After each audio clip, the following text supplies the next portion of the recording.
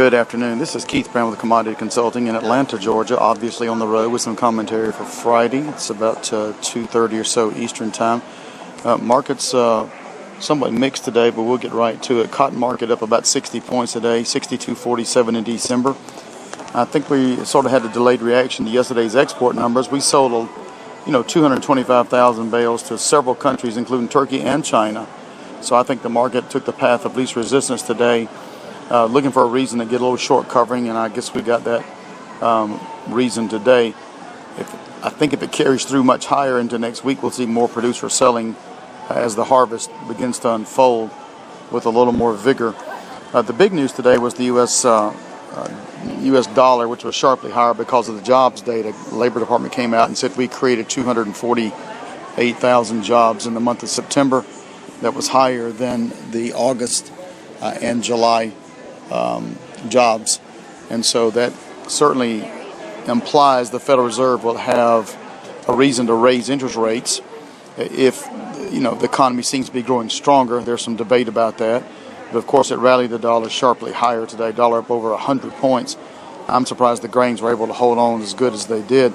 Certainly soybeans did not. Beans were down 12 cents at $9.12, while corn and wheat were up a little bit. They're about to get some adverse weather in the Midwest grain belt. Got some rain, could sort of delay harvest to some extent, or at least give that perception. That's one reason I think corn and wheat were both up. Of course, wheat also up today because there's some new rumblings out of the Russia-Ukrainian situation.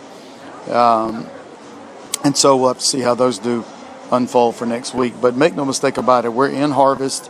We may get a little flurry to the upside in here, but I think we will come back down and post lows in the grains and even in cotton as well. Feeder cattle today slightly lower. There, of course, what can you say about cattle?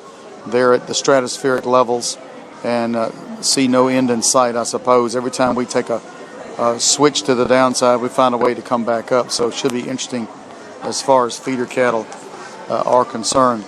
Otherwise, we do have a supply-demand number coming out today week. We'll see what yields are on corn, cotton, beans, and that will certainly make a big play. We'll see how if this dollar can maintain the height that it's trading at right now. So an interesting day with maybe some interesting possibilities going forward.